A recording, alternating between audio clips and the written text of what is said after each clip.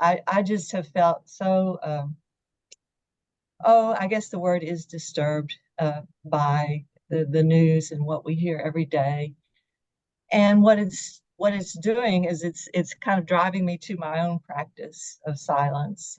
It's kind of more and more of an impetus to be faithful to the practice. So I prepared slides to help me stay on track, and James will help me with those. So let's just go ahead and begin, and I'll ask James to go ahead and put up the first slide.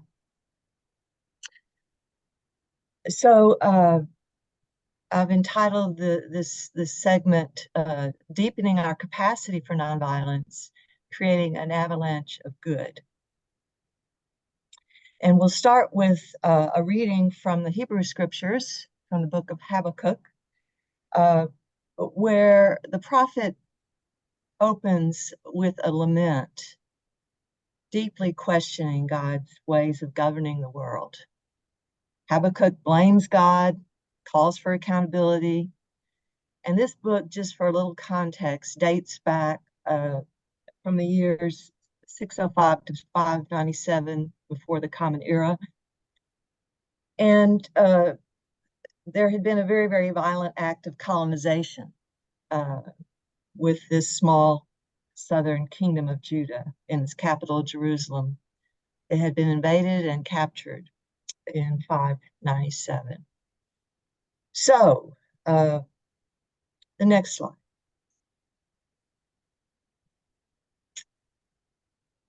So this prophet actually follows a line of extraordinary prophetic giants, you might call them: Amos, Hosea, Isaiah, and then Micah, whose messages all seem to have culminated in what many of you recognize as Micah's powerful one-sentence answer to the question, what does God require of you? It appeared to announce a new consciousness that seemed to deeply integrate what the previous, what I call the big three, had emphasized. Amos, act justly; Hosea, love mercy; and Isaiah, walk humbly. So, next slide. In terms of, you might say, the stages of Israel's collective faith development, it looks like by Micah's time, Israel was, you might say in contemporary parlance, really poised to get it. But at least as the book of Habakkuk opens, we realize that collectively, from what the prophet is saying, they don't. God is to blame for not taking responsibility, for not stopping the violence, the misery, the strife. God is the one not listening. So the next one. So for me, a few months ago, I was at dinner at a Chinese restaurant. And as you know, as is customary, at the end, you open up the little fortune cookie. And there I found the fortune that read, "No snowflake in an avalanche ever feels responsible." So now that little slip of paper has this prominent place on my refrigerator door. It keeps coming to mind every time, every day. The breaking news reports another local homicide, another mass shooting, new horrors in the Ukraine and in Gaza, incidents at our own border, and brutal killings, both of police and by police. Feels like an avalanche of violence, and I feel outrage in this avalanche of violence. And then I pause and consider my own complicity.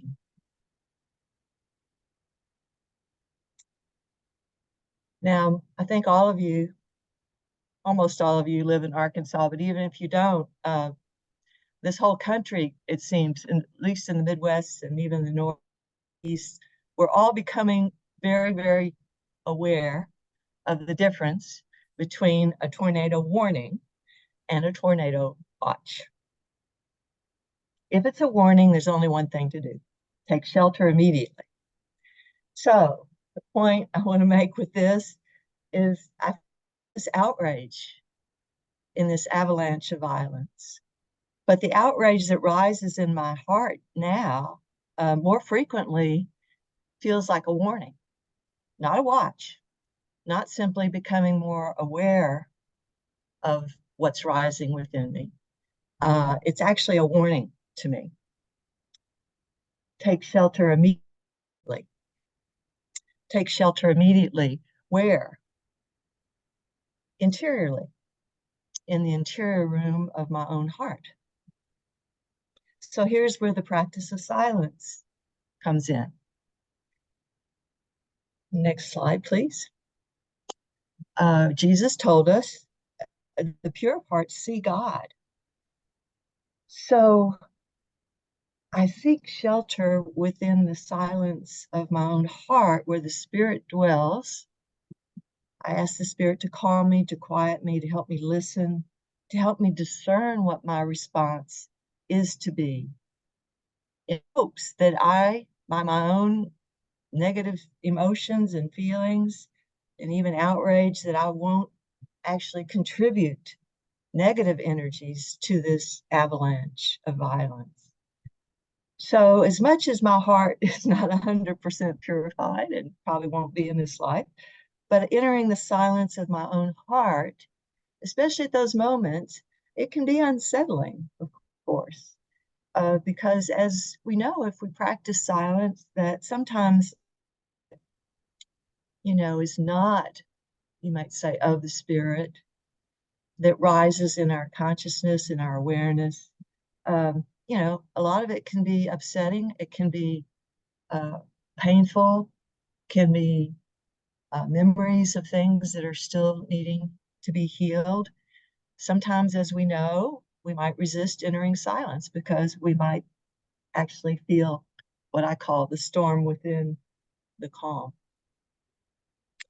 But it's also in the silence that I can experience this unloading, as Father Thomas Keating teaches, this unloading of the unconscious, this evacuation, you might say, of old hurts, anger, resentments, blame, compulsivity.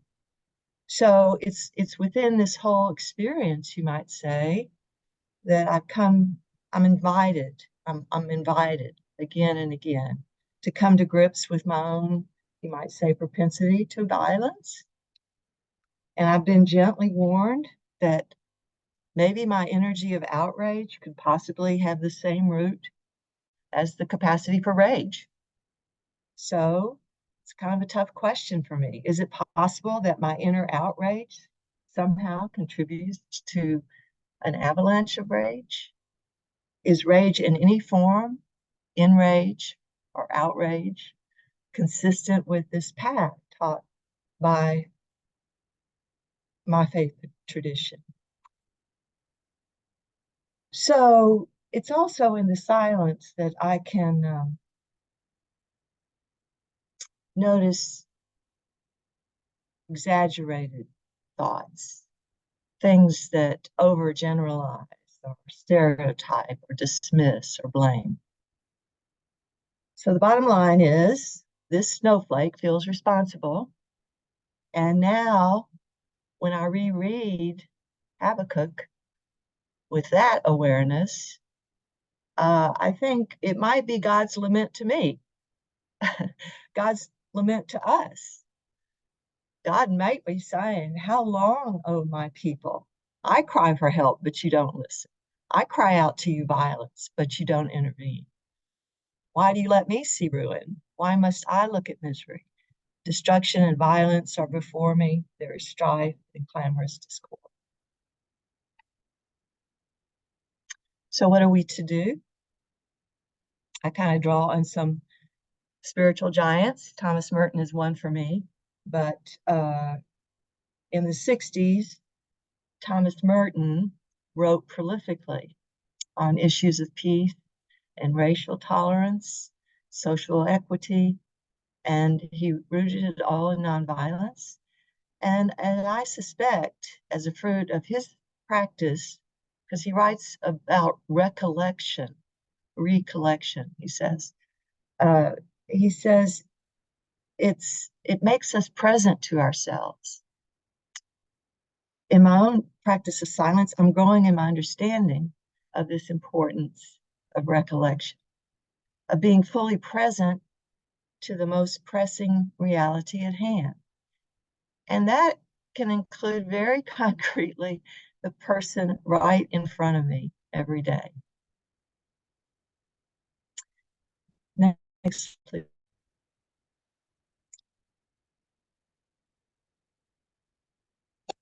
He says it makes us present to whatever reality is most significant in the moment of time in which we're living.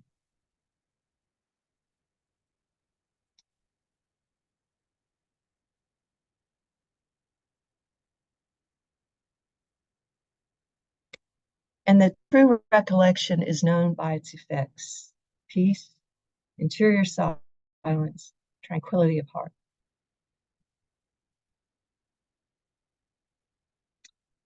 Pope Francis says this. He says, interior noise makes it impossible to welcome anyone or anything. And Howard Thurman wrote this: we cannot be in a hurry in matters of the heart. The human spirit has to be explored gently and with unhurried tenderness. Very often, this demands a reconditioning of our nervous responses to life, a profound alteration in the tempo of our behavior pattern. Whatever we learn of leisure in the discipline of silence, in meditation and prayer, bears rich, ripe fruit in preparing the way for love. So, as we know, I like to add the word now entertaining along with entering. If we drop into silence for just a moment in our busy days, a holy instant, you might even call it, because of our intentionality, we can feel the presence of silence as an invitation. I like to add entertaining as a reminder to myself. It's a disposition of hospitality, interior hospitality, that welcomes all that rises in awareness. We notice, we welcome, we let it come, we let it go. It's non-judgmental. And as Thomas Keating always reminds us, intention is everything.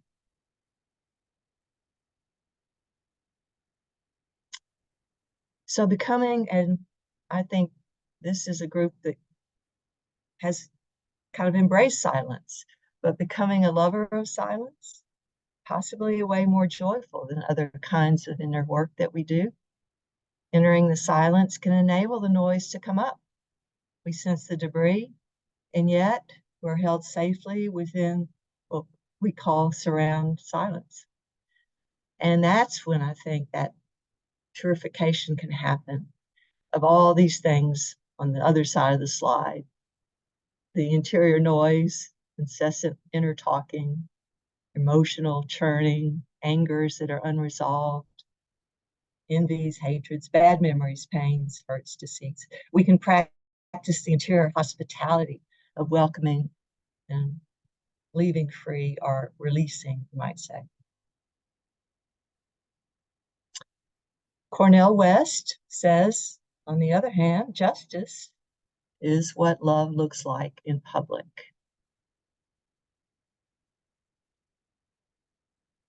So, even rage, you might say, the in kind or the out kind, what he would say, what Thomas Keating would say, excuse me, he would say even that can be transmuted into love, our acts of faith, hope, charity, justice.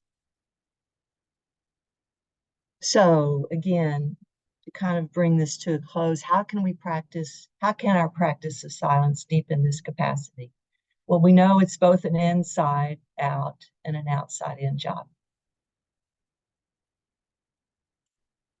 No snowflake in an avalanche ever feels responsible.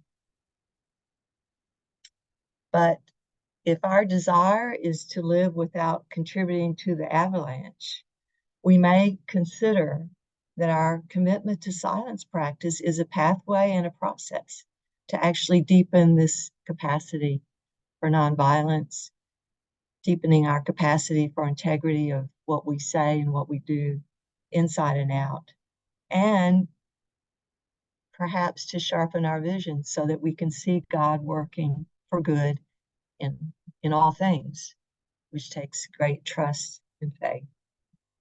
So, as we close, you might say perhaps the fruit of this practice can result in our capacity for a kinder, gentler presence, more compassionate responses. And then perhaps without our knowing it, because we don't always know the impact of our prayer, the fruit of our prayer. But perhaps then these acts become another kind of avalanche, you might say. It's an avalanche of good, of the fruits of the Spirit, of love and joy and peace and patience and kindness, goodness, faithfulness, gentleness, self-control. And so, with that, let's enter into a time of silent prayer together.